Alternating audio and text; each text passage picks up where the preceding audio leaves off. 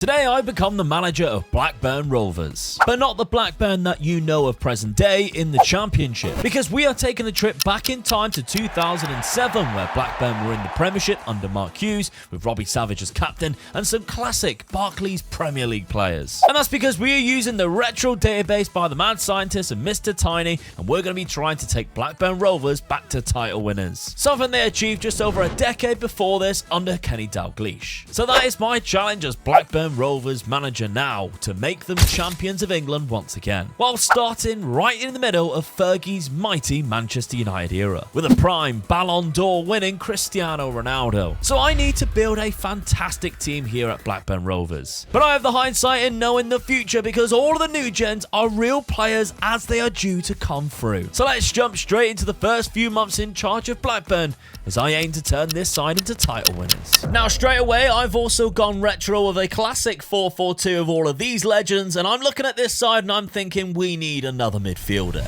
And I thought I found the perfect bargain in Luka Modric, who would just cost £1.4 million at just 21 years old, and I couldn't resist. But our very limited budget made it impossible because of his wage demands being so high. However, I had the right replacement lined up, Kevin Nolan, in his prime years at 25 years old, and look how crazy his attributes are. He will be perfect for us. So now he goes into that box-to-box midfielder role, and I think we are perfectly set up for our first game against Newcastle, who, by the way, have manager Sam Allardyce in charge, who really is not happy that we beat him to the signing of Kevin Nolan.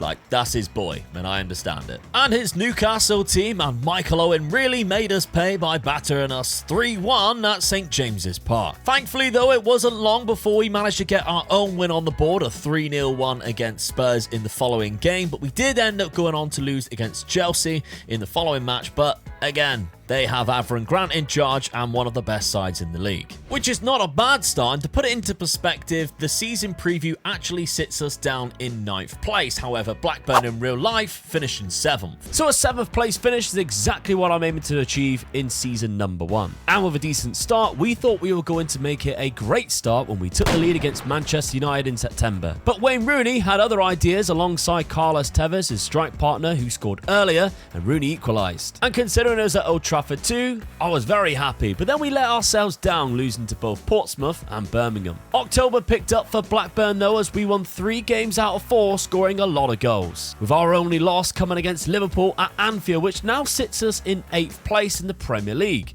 just outside our target. Roque Santa Cruz started to fire in some goals and find some form around the run up to Christmas period, getting himself a hat-trick against Bolton in a 5-2 win. However, we did struggle in terms of consistency and picking up some losses along the way. Still, it's been positive so far, and we're actually sat in 6th place at the turn of the new year, where the Blackburn board have been very generous enough to give us £20 million. I also record Matt Derbyshire, who's been out on loan at Middlesbrough and scoring a lot of goals for them. And that was because I was searching for a new striker, and I couldn't really sign the one I wanted, Cardozo at Benfica, who's only just joined his new club. I did decide, however, to sell Brad Friedel, less than £1 million, but he is 36, and he was kicking up a fuss wanting to leave from the Milan interest. So to replace him, I purchased Arthur Boruc from Celtic, who at 27 is definitely a worthy keeper to be our number 1 from now on. And I also signed a young Thiago Silva from Fluminense for just £2.5 million, a bargain. Unfortunately, we were dumped out of the FA Cup with a heavy defeat to Newcastle. We did, however, pull off a late win against Chelsea, where David Bentley scored the only goal in injury time. And with Manchester United up next, who are currently sat 2nd behind Chelsea, we are still sat within our target of a 7th place finish. This time against United though, we couldn't compete and only managed 1 shot at home. Matt Derbyshire's recall did spark up a bit of life in front of goal, and he even scored the winner against Liverpool at Ewood Park. We didn't get battered often, but Arsenal did give us a bit of a whooping, 4-0. And with 7 games left, I felt I was happy to be sat in 5th place, and Roque Santa Cruz was sitting top of the goal scoring charts. April seen us rack up 4 wins from 4 as well, but the final 3 games were a little bit inconsistent and ended up with a loss loss to Villa, which does see us end season number 1 in 6th place in the Premier League, accomplishing our season 1 objective of a 7th place finish or higher. Now, the board have very generously given us £55 million, and looking at our squad, I think there's one weakness we definitely have, and that is our striker position. Santa Cruz is scoring a lot of goals, but nobody else is. So I went and bought in another classic Premier League player in Yakubu from Everton to hopefully solve this issue. I actually had a plan B for this scenario too, in a young Fernando Llorente, who signed for free from Bilbao after scoring 18 La Liga goals last season, as well as bringing in a big German centre-back in Robert Huth with his 20 strength for just £20 million from Middlesbrough. With 2 strikers coming in though, I decided to sell Benny McCarthy for £10 million. He unfortunately has just never really got going for us last season. I did also need a new right back though, and so I brought in the Croatian Dario Srna from Shakhtar for just £1.6 million. However, it's not exactly been the start we were hoping for. I mean, to be honest, we played 4 very difficult teams, including 3 of the top 4, so I'm not too concerned. We got a nice draw against Liverpool at home. I think my target for this season, we've got to do well in the UEFA Cup, but also, can we just kind of maintain where we were last season? We've got European football, we've got new players coming in, we've had a bad start. Let's just see if we can push ourselves back into the top 6. Unfortunately, in the following fixture, we then lost 1-0 to Spurs. Our first win of the season came in the UEFA Cup against Partizan, and maybe that was the kick-on that we needed as we started to pick up our league form. Even getting a 1-0 win against champions Manchester United with Yak scoring from the spot. Speaking of which, they have a new manager appointed in Fabio Capello at Old Trafford, and that's after Sir Alex Ferguson left the manager role to step up into a director of football instead. Yakubu was scoring goals for us, but our performances has not been great up until now, and we are already out of the League Cup on penalties to Middlesbrough. Unfortunately, we are currently sat down in 15th position as well, and teetering on joining the relegation scrap if we aren't too careful, but we do have some easier fixtures coming up. The UEFA Cup has been completely different story though, as we've been playing fantastic football and winning games comfortably. After 6 games and winning 5 of them, we sit second, already securing qualification. It's the Premier League where we just can't seem to make things click and go on consistent runs and making costly mistakes. Like, how do we go to Anfield and score 5 goals and yet still lose by 2? We had a good spell, but then we went and lost 4 out of our last 5 games with a 5-0 win in between, and yet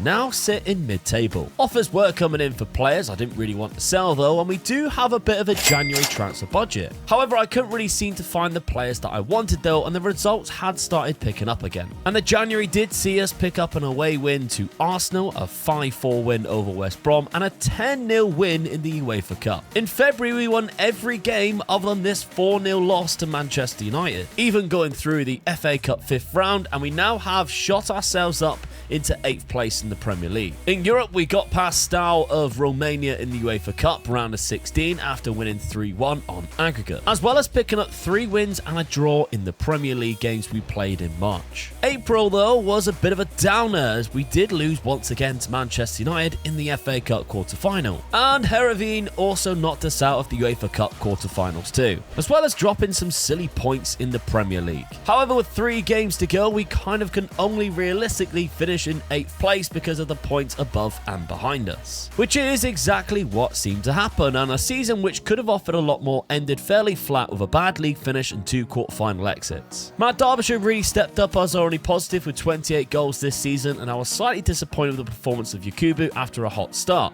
and hoping he could bring us a lot more goals than what he did. Can't complain about the board not backing me though, as they have given me another £50 million to spend this summer. There are some targets I've identified to make this Blackburn side great next season. Starting off with Sully Montari, who comes in as a replacement for Robbie Savage, who's in his mid to late 30s now. I've also brought in another centre-back in Gerard Piqué, who joins from Manchester United for just 15 million. And finally, I think the best signing of the summer, Klaas Jan Huntelaar from Ajax. £20 million for the 26-year-old, and he is a weapon up front. I'm excited to get him into the Premier League and get him scoring some goals. And with these signings, I'm thinking our team definitely looks a lot stronger. You can see the 3 go straight into the lineup, However, we have had a bit of an inconsistent start with 1 win, 1 loss and 1 draw in the Premier League. That kind of stayed that way, but the signs were there and Huntelaar was playing well, managing to score 8 goals in his first 6 Premier League games. We did then go on to an unfortunate run without picking up a league win in October and have a difficult few matches coming up with us currently sat in 11th place. And yet somehow, without Huntelaar on the pitch, we managed to pull off a win at Anfield, beating them 2-0, as well as beating Arsenal 4-2 at home. And when Huntelaar came back from his injury, he picked up exactly where he left off. A weird run going into Christmas and New Year, only losing to Manchester United and getting knocked out of the League Cup, but we still sit in 9th place right now. But I'm about to make a signing for Blackburn Rovers that could change our future trajectory. Because I have found and bought 18-year-old Kevin De Bruyne, who could already get into to start for us at Blackburn and for just £5 million. Not to mention bringing in Xherdan Shaqiri, who comes in as a backup right midfield option for just £4.5 million from Basel. And with those 2 signings, especially KDB, certainly spicing things up for us as new arrivals, we then went on to a good run of form going through January and scoring a lot of goals. There was actually an outside chance of us managing to finish in the top 4 this season, as we are only 4 points behind Liverpool. It was, however, another quarter-final exit in the FA Cup, and we lost very late on to Portsmouth. But we got a cracking result against Liverpool, however, and there was more goals from Huntelaar. He was having a great first season, scoring 20 goals so far in 27 games. However, he has picked up another injury right when we were on a run. His return in match a couple of weeks later, though, he actually scored 2 very important goals against Derby County as we won the game 3-1, with his second being the last and an absolute beauty. And it gave us the push we needed to go on to win 7 out of our last 8 league games, with the only points being dropped against Manchester United after Rooney scored an equaliser in the 96th minute. And that amazing run shot us all the way up the league table into 3rd place above Liverpool, Spurs and Arsenal, with Huntelaar finishing ahead of Cristiano Ronaldo by 5 goals in the Golden Boot race. A Ronaldo, by the way, that had just finished 2nd in the Ballon d'Or race to Freddie Canute of Sevilla, a prime 25-year-old Cristiano Ronaldo. But we have got to be happy with Huntelaar and his goals this season, and on top of that, Champions League football next year with £42 million to spend. And this really felt like a step closer to our ultimate goal of making Blackburn Rovers Premier League winners once again. In the summer, I identified that I really did need a new left back. However, there was another player that popped up that I thought I've just got to buy. Left back wise, I did try and get Gareth Bale. However, he signed a new contract at Tottenham. But instead, I managed to get Kleber, who's 30 years of age now, and I actually managed to pick him up on a free transfer from Santos. To rival Morten Gans Pedersen, I also picked up Arda Turan, who can actually play on both wings as well, so it gives us a lot of options. And he did cost £20 million, but I think it's worth it, and he's got 2 goals in 4 games. But the signing of the summer is another striker. I couldn't resist. I've signed one every single season. It's Mario Gomez for £26.5 million.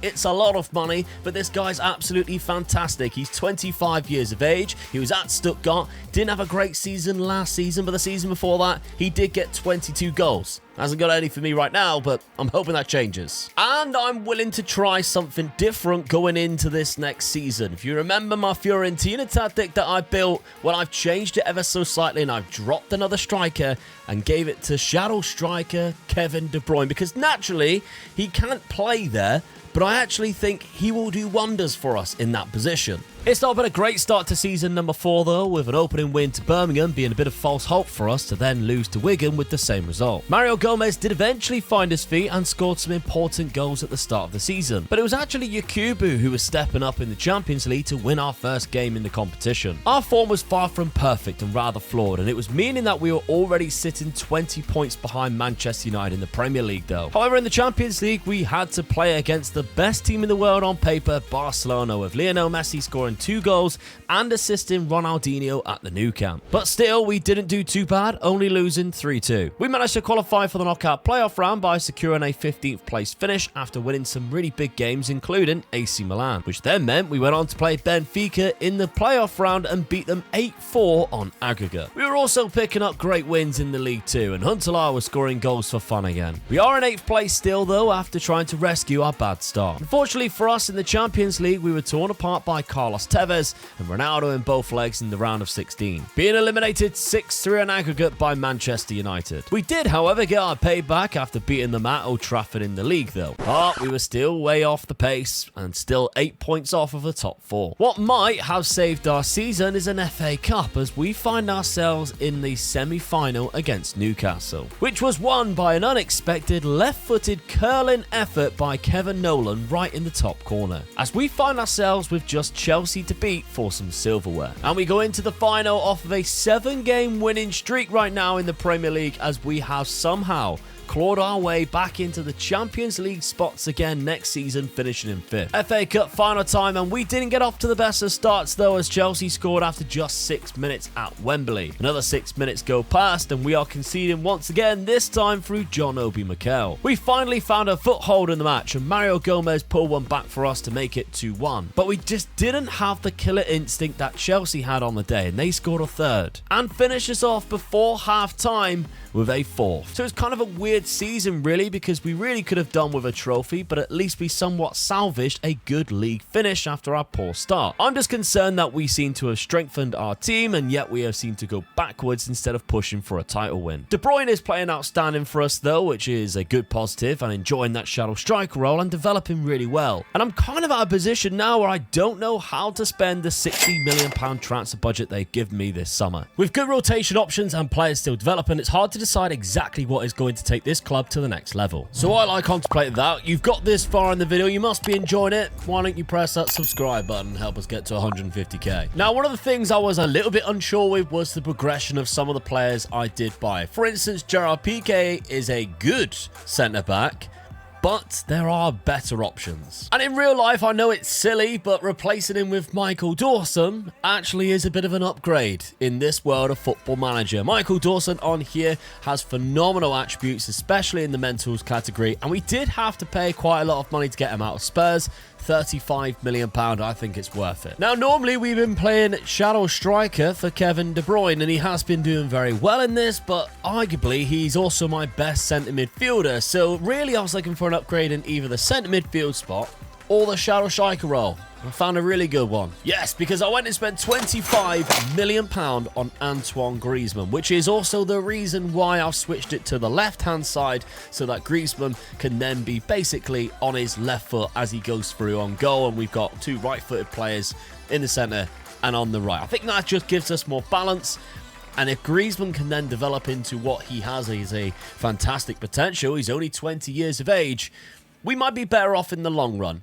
It was £25 million, but I think it could be worth it. But if the start of the season is anything to go by, we made the right moves, because we've won 3 out of 4 so far and have scored 2 goals in every game, currently sitting joint top. Could this be the season we push into the title mix? Probably not, because we didn't win a single Premier League game in September. But of course, to get us back on track, we beat Liverpool once again. And I haven't mentioned, by the way, but they signed Sergio Aguero in Season 1, January, but playing him as a cam. By November, though, we were down in 7th place, but with Everton currently leading the league. But that's when we started to go on an amazing run of form, beginning an away game to Plymouth Argyle, who have promoted recently. And all of our top attacking threats began scoring goals. We picked up the win against Chelsea at home, who you might notice signed Lionel Messi this summer after spending a whopping £167 million on him. And we also managed to beat Everton 4-0, with Morten Gans Pedersen bagging himself a hat-trick. We in fact went on a run where we only lost 1 league game in over 2 months, and that was at Old Trafford, and only thanks to 2 goals in injury time. That still wasn't enough, however, to get us close to the top, as Manchester United were 7 points clear. So in the January, I dipped into the transfer market again, and I brought in Augusto Fernandez to go right midfield for us.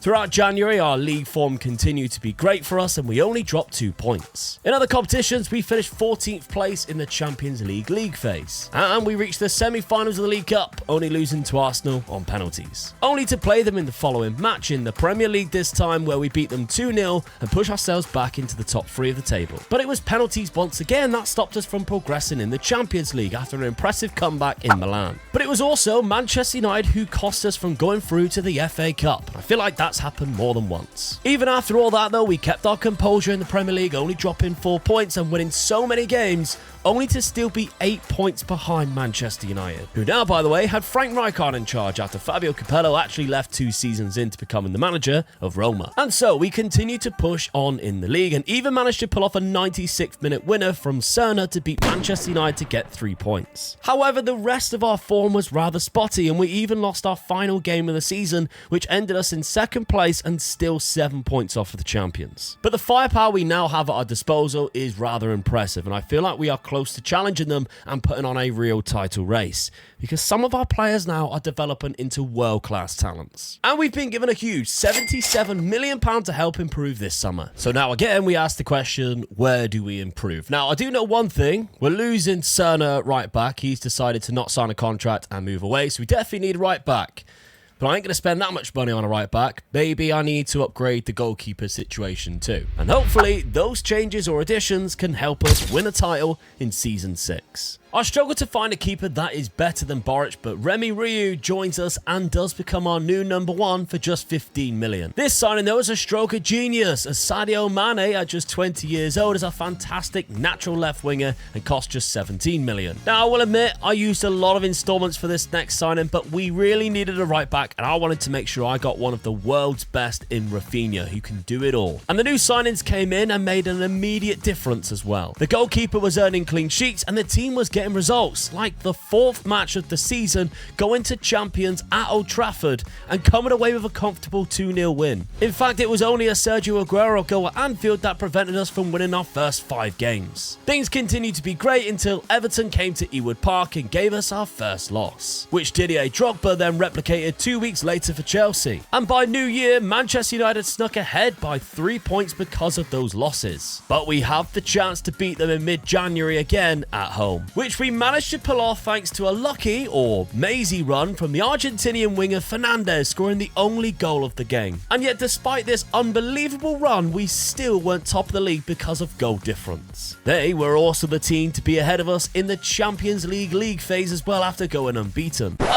And they knocked us out of the League Cup on penalties. And considering we were battering other strong sides like Arsenal, who've just beaten 5-1, I was wondering what we have to do to prize the title away from Manchester United's hands. Mine Everton seemed to also be another one of our bogey teams, as they knocked us out of the FA Cup, while Bayern Munich knocked us out of the Champions League. But our winning run in the Premier League since the Chelsea game was then finally ended to Chelsea once again. However, there was a chink in Manchester United's armour, as since we beat them in the January, they've gone on and lost and drawn 2 more games each, dropping a lot of valuable points, leaving us a gap at the top of 4 points with a game in hand. So we just have to keep plugging along and finding wins. Now, we did pick up a loss to Portsmouth, but we need just 1 more win to be champions. And when class Jan Huntelaar smashed one in from the edge of the area after just 3 minutes against Norwich, I knew it was time. And just a few minutes later, Fernandez also hit a rocket in off the bar